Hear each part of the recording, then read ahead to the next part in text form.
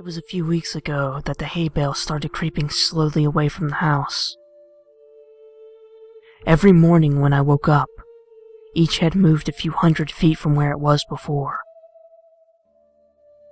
I assumed it was pranksters with nothing better to do, so I ignored it. Within a few days, though, the bales began to approach the boundaries of the farm. I was tired of the whole game by then, and decided to move them back. It took a tedious hour to bring them all from where they were over to near the house again, and by the time I was done, I was ready to snap the neck of whatever little pissant was deciding to screw with me. The next morning, I found each and every one of my horses messily decapitated. The smell was what woke me up. Each one was slumped over against the side of its stall. There were no sign of the heads. I spent the rest of the day cleaning up the mess and burying the remains. It was only when I was done that I noticed that the bales of hay had all returned to their positions from the day before, scattered far out into the fields. This time, I left them where they were. That night, I sat on my porch with a shotgun in hand and a pot of coffee on the table. I sat for hours, straining my eyes into the fields to catch a glimpse of who was moving my hay bales.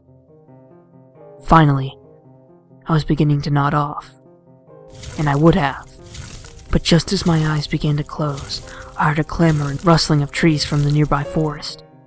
I leaned forward, my heart racing with excitement. I was going to catch them in the act.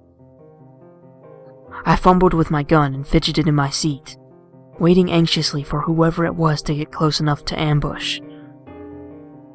It was only when the thing got close enough for me to make out its silhouette in the dark that I was frozen still. The thing that crept into my fields from the nearby woods didn't seem to notice me sitting there. It stalked, hunched and deliberate, through the field with the posture of a tiptoeing thief. If not for the fact that it must have towered over 10 feet, even in its crouched position, it might have seemed almost frail. The thinness of its arms and legs, and the emaciated, caved-in quality of its chest reminded me of a starving animal. Still, this thing was undeniably strong. I watched it hoist up each hay bale into its arms with ease, and set it down carefully a while away, taking only a few strides to cover the distance. I watched it work, moving each bale thoughtfully. Every once in a while, it would straighten up to look at the other hay bales' positions in the field, before adjusting the one it was working on ever so slightly. Before it left, it turned towards the house. I felt its eyes sweep over me in the dark, but whether it saw me or not, I couldn't tell. Then, it turned silently and crept back the way it came, disappearing into the dark of the woods. It took me an hour before I had the courage to move at all. I went inside after a while, but didn't sleep that night. It was only when the sun rose that I dared step off my porch into the fields. The hay bales were where it left them. Strangely, it didn't move them as far as it had in the previous days. They were approaching something invisible in the fields, and as I looked at them, I realized they seemed to be marking some line. Indeed, as I walked around my house, I saw the distinct circle that they formed with me at the center. At first, I thought the bales were just being haphazardly moved away from the house, but now I could see that they were instead being moved towards some boundary. This thing was sending me a message. I slept uneasily that night, and only slept at all because I was exhausted. The next morning, the bales hadn't moved at all. They didn't move at all for the rest of the week, in fact. They were finally where the thing wanted them. I made myself sick trying to interpret them. Why would this thing expend so much energy moving my hay bales and threaten me with such violence should I try to interfere? Killing my horses was just that. A threat. An intelligent threat at that. It knew that would scare me, and it knew I would understand the implications. The sound of an automobile working its way along the road to my farm one morning gave me a little rush of excitement.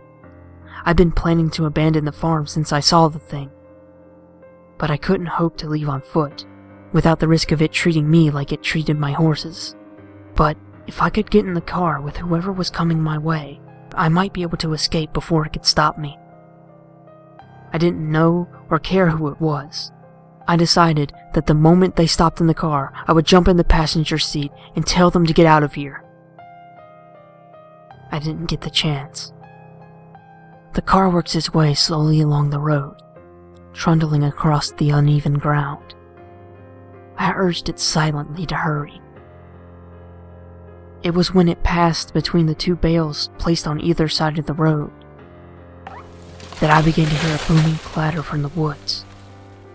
The thing burst suddenly from between the trees, sprinting on all four of its terrible, gangly limbs towards the car.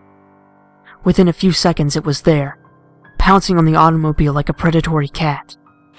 Within moments, it was picking and peeling the vehicle's steel frame apart, working to get at the driver. The man, whoever he was, screamed all the while, and I could hear him even over the crunching of metal and the shattering of glass. It was only when the thing crushed him carelessly in its hand that the screaming stopped. It tossed him away and straightened up to look at me once again in the sunlight. I could see the inhumanity of it. It was composed entirely of something awful and alive which lashed together in a messy semblance of a human form.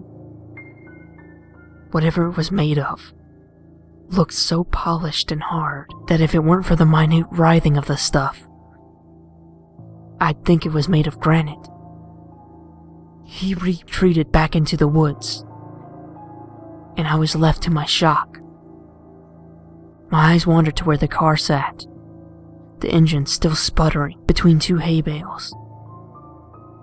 Suddenly, I understood. The message was clear.